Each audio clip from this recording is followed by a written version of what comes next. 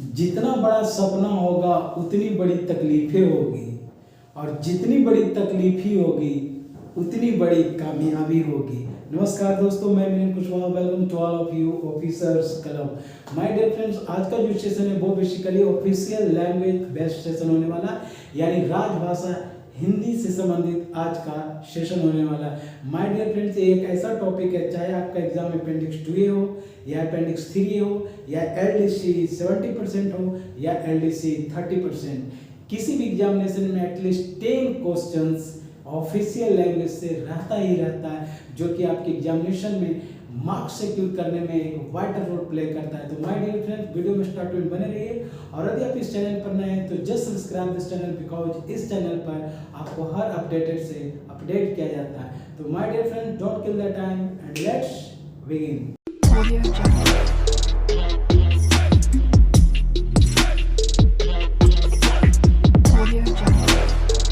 Dear friends, let's begin.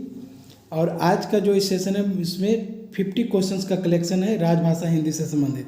यहाँ पर जितने सारे क्वेश्चंस है वो राजभाषा से संबंधित इंपॉर्टेंट क्वेश्चंस का कलेक्शन लाया गया है। एंड जो क्वेश्चन नंबर ए राजभाषा हिंदी, क्वेश्चन नंबर फर्स्ट है कि भारत संघ की राजभाषा कौन सी है, यानी भारत संघ की राजभाषा कौन सी है। तो आंसर हो जाएगा उर्दू, अंग्रेजी, हिंदी या इनमें से कोई नहीं। तो इसका जो राइट आंसर है वो है हिंदी। भारत का राजभाषा क्या है? हिंदी है, तो ऑप्शन सी हो जाएगा। एंड क्वेश्चन नंबर टू है कि निम्नलिखित में कौन सी राजभाषा हिंदी की लिपि है, यानी कौन सी राजभाषा हिंदी की लिपि, यानी राजभाषा हिंदी की लिपि क्या है। तो इसका जो राइट आंसर हो जाएगा वो हो जाएगा देवनागरी। तीसरा जो क्वेश्चन है, संघ की राजभाषा हिंदी और लिपि देवनागरी होगी, ये किस अनुच्छेद से संबंधित है, यानी भारत की जो राजभाषा हिंदी है और लिपि देवनागरी है, ये भारतीय संविधान के किस अनुच्छेद से संबंधित है। तो इसका जो सही उत्तर है वो है अनुच्छेद 343। ठीक है। क्वेश्चन नंबर यानी प्रश्न संख्या 4, हिंदी में प्रश्न संख्या 4, संघ के शासकीय प्रयोजनों के लिए प्रयोग होने वाले अंकों का रूप भारतीय अंकों का कौन सा रूप होगा। तो भारतीय अंकों का अंतर्राष्ट्रीय रूप होगा। आंसर क्या हो जाएगा? ब, अंतर्राष्ट्रीय रूप। अगला जो प्रश्न है वो है, संसद में भारत के संविधान का भाग 17 किस तारीख को पारित हुआ, यानी भारत के संविधान में भाग 17 किस तारीख को पारित हुआ। तो इसका जो सही जवाब है, सही उत्तर है वो है 14 सितंबर 1949। 14 सितंबर 1949 को भारतीय संविधान में भाग 17 जो कि राजभाषा से संबंधित है वे पारित कब हुआ? 14 सितंबर 1949। ठीक है, चलिए आगे बढ़ते हैं, अगला क्वेश्चन देखते हैं। नेक्स्ट जो अगला क्वेश्चन है वो है, राजभाषा अधिनियम यानी 1963 कब पारित हुआ। तो राजभाषा, एक होता है राजभाषा अधिनियम और एक होता है राजभाषा नियम। तो राजभाषा अधिनियम जो है वो 10 मई 1963 को पारित हुआ। राजभाषा अधिनियम 10 मई 1963 को पारित हुआ।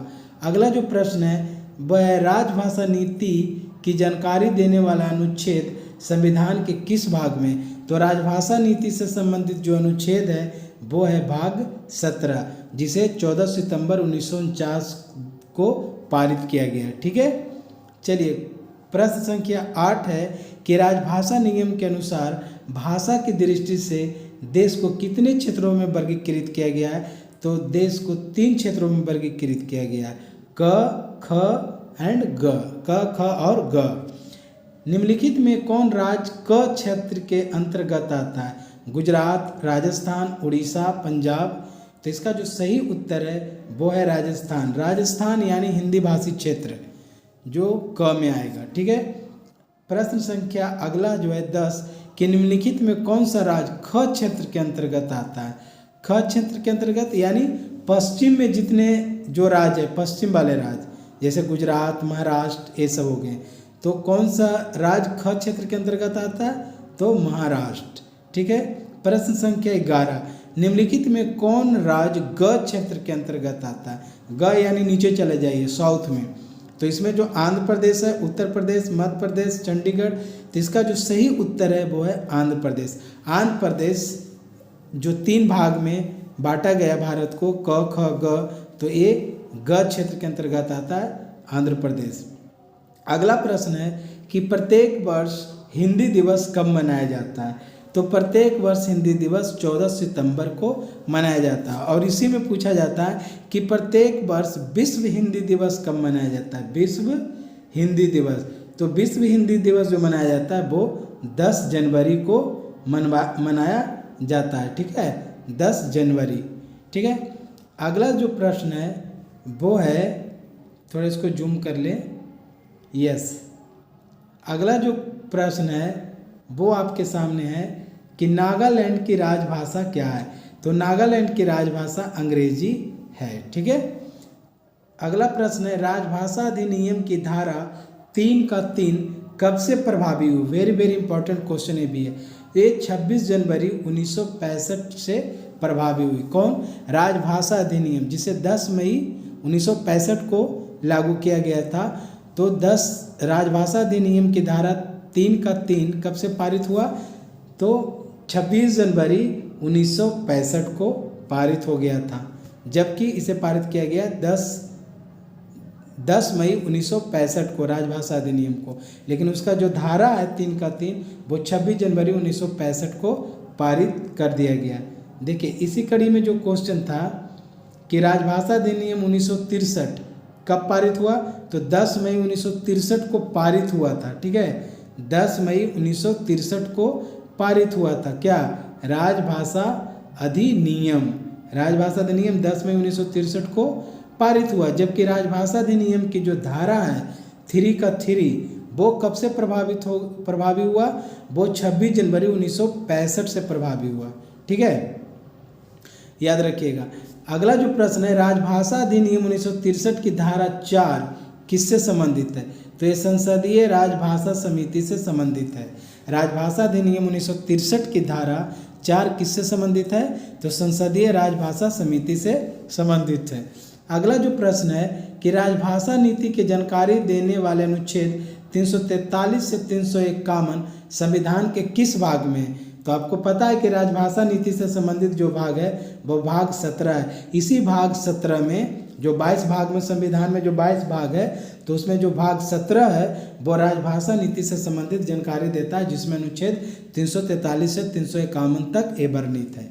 ठीक है, प्रश्न, अगला जो प्रश्न है कि राजभाषा अधिनियम 1963 की धारा 7 किससे संबंधित है? 7, तो ये राजभाषा अधिनियम की जो धारा 7 है वो संबंधित है आपका उच्च न्यायालय के निर्णयों में हिंदी के प्रयोग से, यानी इसका जो सही आंसर हो जाएगा वो हो जाएगा ब। उच्च न्यायालय के निर्णयों में हिंदी के प्रयोग से, यानी उच्च न्यायालय के निर्णय में हिंदी का प्रयोग किया जा सकता है। ये राजभाषा अधिनियम 1963 की धारा 7 से संबंधित है। ठीक है, अगला प्रश्न है कि राजभाषा अधिनियम 1963 की धारा 6 एवं 7 किस राज्य पर लागू नहीं होती है? तो राजभाषा अधिनियम की जो धारा 6 और धारा 7 जो है वो किस पर लागू नहीं होती है? तो वो लागू नहीं होती है आपका जो तमिलनाडु राज्य है उस पर लागू नहीं होती है। ठीक है, तो इसका जो राइट आंसर हो जाएगा वो हो जाएगा तमिलनाडु या जम्मू कश्मीर। नहीं, इसका जो राइट आंसर है, जो सही जवाब है इस प्रश्न का सही जो उत्तर है, राजभाषा अधिनियम की धारा 6 और 7 वो जम्मू कश्मीर पर लागू नहीं होती है। इसका जो आंसर हो जाएगा जम्मू एंड कश्मीर, जम्मू एवं कश्मीर। ठीक है, अगला जो प्रश्न है कि किस राज्य में उर्दू को राजभाषा के रूप में घोषित किया गया है? तो राजभाषा के रूप में घोषित किया गया है उर्दू को जम्मू एंड कश्मीर, जम्मू व कश्मीर में उर्दू को राजभाषा के रूप में घोषित किया गया है। ठीक है, और राजभाषा अधिनियम 1963 की जो धारा 6 और 7 है वो जम्मू कश्मीर पर लागू नहीं होती है। ठीक है, अगला प्रश्न है कि रेल मंत्रालय का निरीक्षण संसदीय राजभाषा समिति की कौन सी समिति करती है? तो इसका जो सही जवाब है वो है दूसरी, यानी उप समिति करती है ना। यानी रेल मंत्रालय का निरीक्षण संसदीय राजभाषा समिति की कौन सी उप समिति करती है? तो दूसरी, यानी दूसरी उप समिति करती है। ठीक है। अगला प्रश्न है, केंद्र सरकार के कर्मचारियों के लिए निम्नलिखित में कौन सा पाठ्यक्रम निर्धारित है? यानी केंद्र सरकार के जो भी कर्मचारी है उनको हिंदी से संबंधित कौन कौन से पाठ्यक्रम इसमें पढ़ाया जाता है या सिखाया जाता है? तो पहला जो है प्राज्ञ, दूसरा प्रबोध, तीसरा प्रवीण, और चौथा इनमें से सभी। तो प्राज्ञ, प्रबोध और प्रवीण ये सभी पाठ्यक्रम केंद्रीय कर्मचारियों को सिखाया जाता है, पढ़ाया जाता है, बताया जाता है। तो राइट आंसर हो जाएगा, सही जो उत्तर है वो है इनमें से सभी। अगला प्रश्न है कि केंद्रीय हिंदी समिति के अध्यक्ष कौन होते हैं? तो केंद्रीय हिंदी समिति के जो अध्यक्ष होते हैं वो हमारे प्रधानमंत्री जी होते हैं। ठीक है।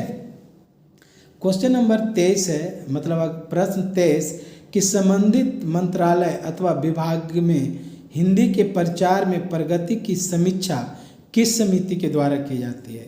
यानी प्रश्न को ठीक से समझते हैं कि कोई भी मंत्रालय है या विभाग है तो उसमें हिंदी के प्रचार प्रसार को लेकर कि किस प्रकार का प्रचार प्रसार हो रहा है उसके लिए एक समिति के द्वारा समीक्षा की जाती है कि कार्य सही ढंग से हो रहा है या नहीं हो रहा है। तो इसके लिए कौन सी समिति समीक्षा करती है? तो वो है हिंदी सलाहकार समिति। यही हिंदी सलाहकार समिति किसी भी मंत्रालय या विभाग में हिंदी के प्रचार प्रसार की समीक्षा करती है। तो सही जवाब है हिंदी सलाहकार समिति। ओके। अगला प्रश्न है, संसदीय राजभाषा समिति का गठन कब हुआ? तो संसदीय राजभाषा समिति का गठन जनवरी 1976 में हुआ। ठीक है। ये सब बहुत ही जो भी यहाँ पर क्वेश्चन का कलेक्शन है एग्जामिनेशन पॉइंट ऑफ व्यू से काफ़ी ज़्यादा इंपॉर्टेंस रखता है। तो माय डियर फ्रेंड, PDF का मैं लिंक डिस्क्रिप्शन बॉक्स में दे दूंगा, आप वहाँ से डाउनलोड करके अपने प्रिपरेशन को good, better and the best बना सकते हैं। ठीक है। क्वेश्चन एक बार फिर से, संसदीय राजभाषा समिति का गठन कब हुआ? तो संसदीय राजभाषा समिति का गठन जनवरी 1976 में हुआ। ठीक है। अगला प्रश्न है, राजभाषा की संसदीय समिति में कितने सदस्य होते हैं? तो राजभाषा के संसदीय समिति में 30 सदस्य होते हैं। ठीक है। राजभाषा के संसदीय समिति में 30 सदस्य होते हैं।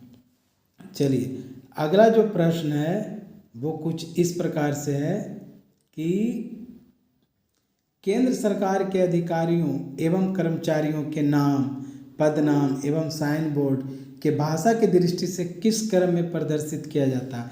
आप देखते होंगे कि आप रेलवे से यदि जुड़े हुए हैं तो जो भी अधिकारी होते हैं उनके चैम्बर के आगे उनका नेम प्लेट होता है।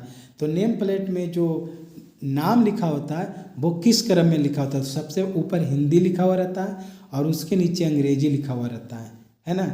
यानी पहले हिंदी उसके बाद अंग्रेजी लिखा हुआ रहता है। तो इसका जो सही जवाब हो जाएगा वो हो जाएगा अ।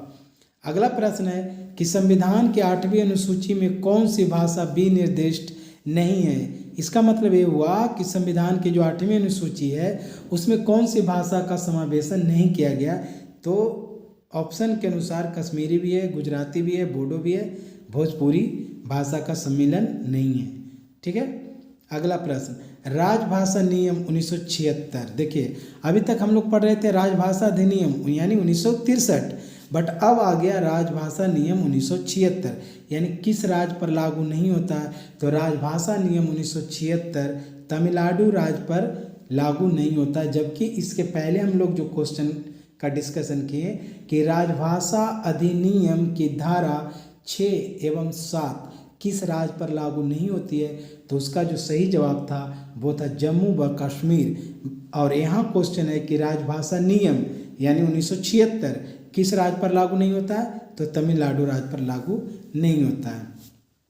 अगला प्रश्न है कि राजभाषा कार्यान्वयन समिति की बैठकों की आवधिकता क्या है? यानी पीरियोडिसिटी क्या है? यानी कितने समय के बाद राजभाषा कार्यान्वयन समिति की बैठक की जाती है? तो राजभाषा कार्यान्वयन समिति की बैठक 3 महीने में एक बार की जाती है। ठीक है। 3 महीने में एक बार, यानी यदि हम 1 वर्ष की बात करें तो 4 बार होगा, है ना। 3 4 जा 12 यानी 3 चौका 12, 3 महीना में एक बार तो 4 बार हुआ। ठीक है। अगला प्रश्न, केंद्र सरकार के लिपिकीय कर्मचारियों के लिए अंतिम पाठ्यक्रम क्या है? 3 पाठ्यक्रम सिखाया जाता है, प्राज्ञ, प्रबोध और प्रवीण। तो अंतिम पाठ्यक्रम क्या है? तो अंतिम जो पाठ्यक्रम है वो है प्राज्ञ।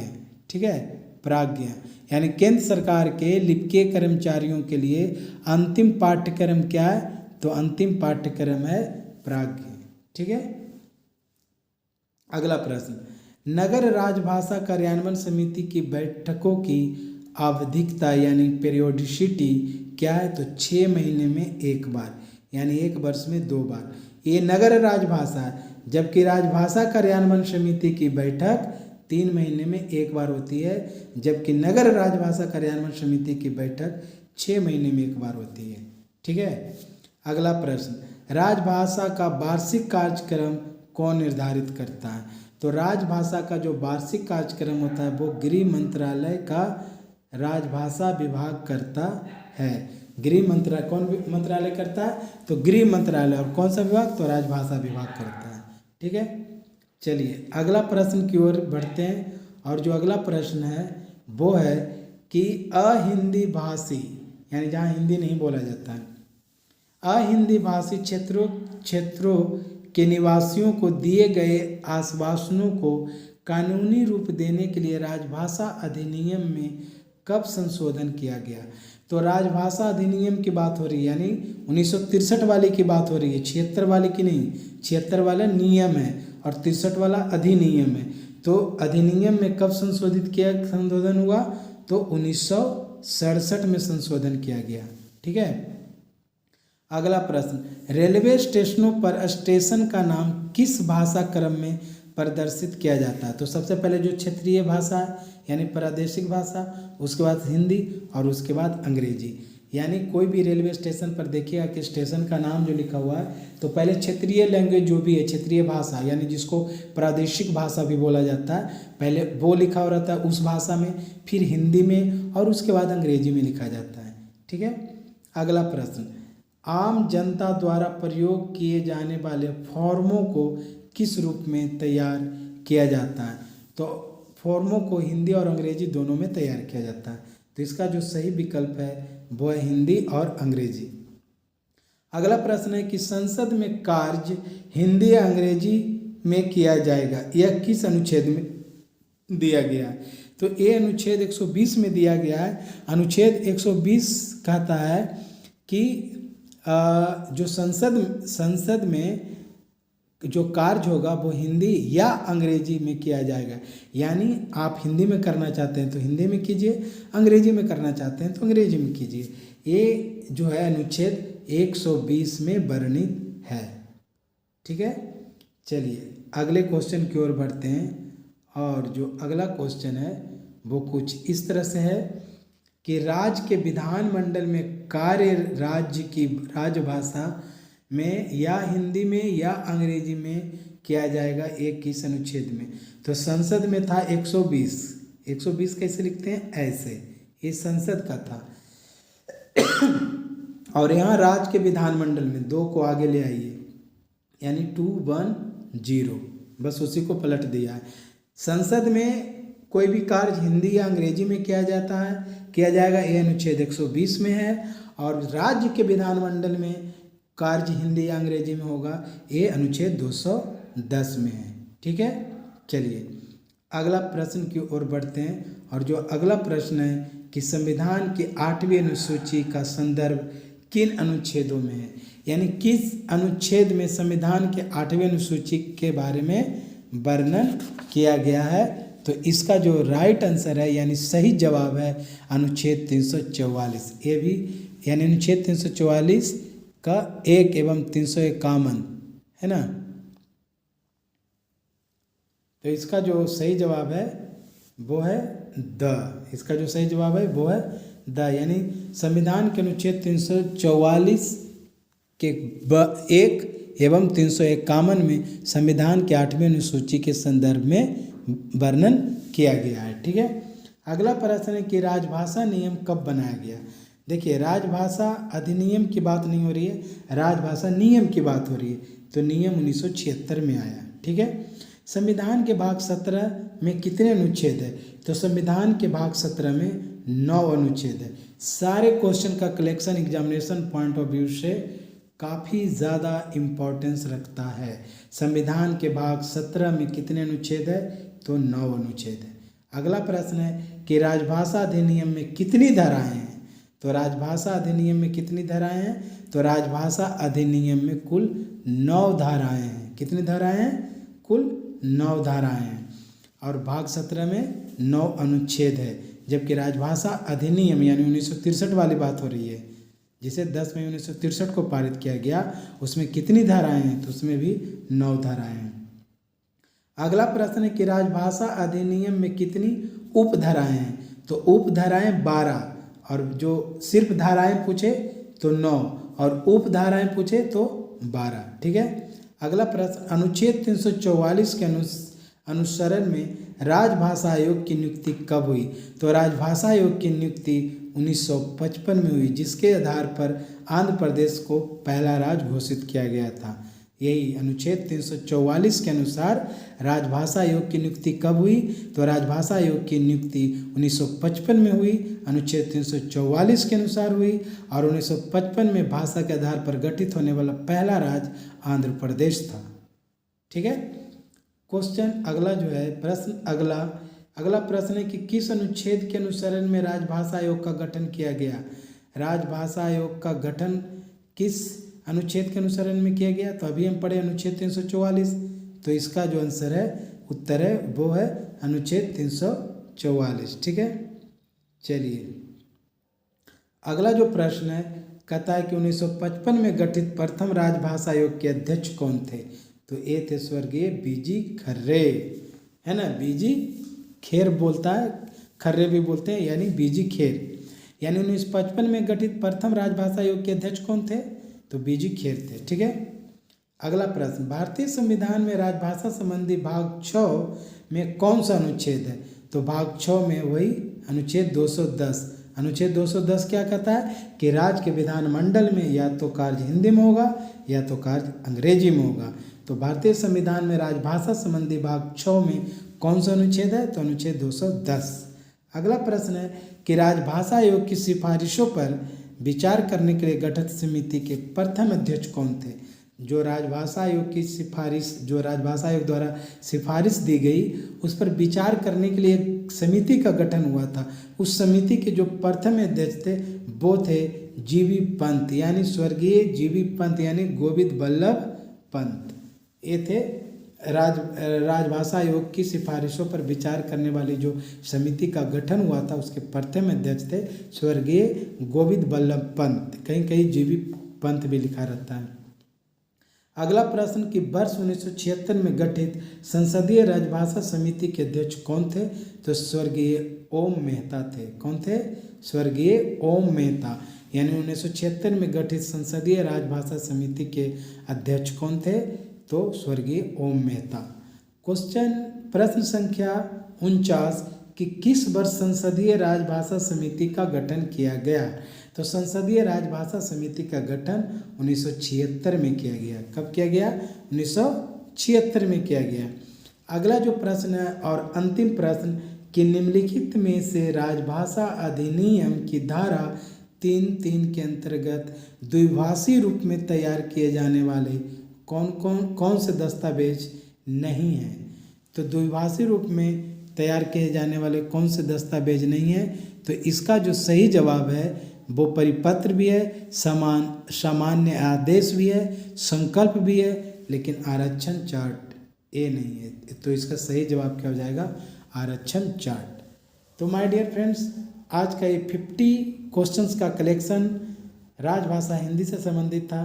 होप कि आपको आज का वीडियो अच्छा लगा होगा, काफ़ी कुछ सीखने और जानने के लिए मिला होगा और कुछ रिवीजन करने का भी मौका मिला होगा। यदि आपको किसी और टॉपिक पर वीडियो चाहिए तो कमेंट बॉक्स में आप कमेंट कीजिए, मैं आपके लिए वीडियो लाता रहूँगा। इसी तरह से मिलते हैं अगले वीडियो में, जो कि इम्प्रेसिव एंड इंफॉर्मेटिव वीडियो होने वाला है। तो till then bye bye, see you, love you all.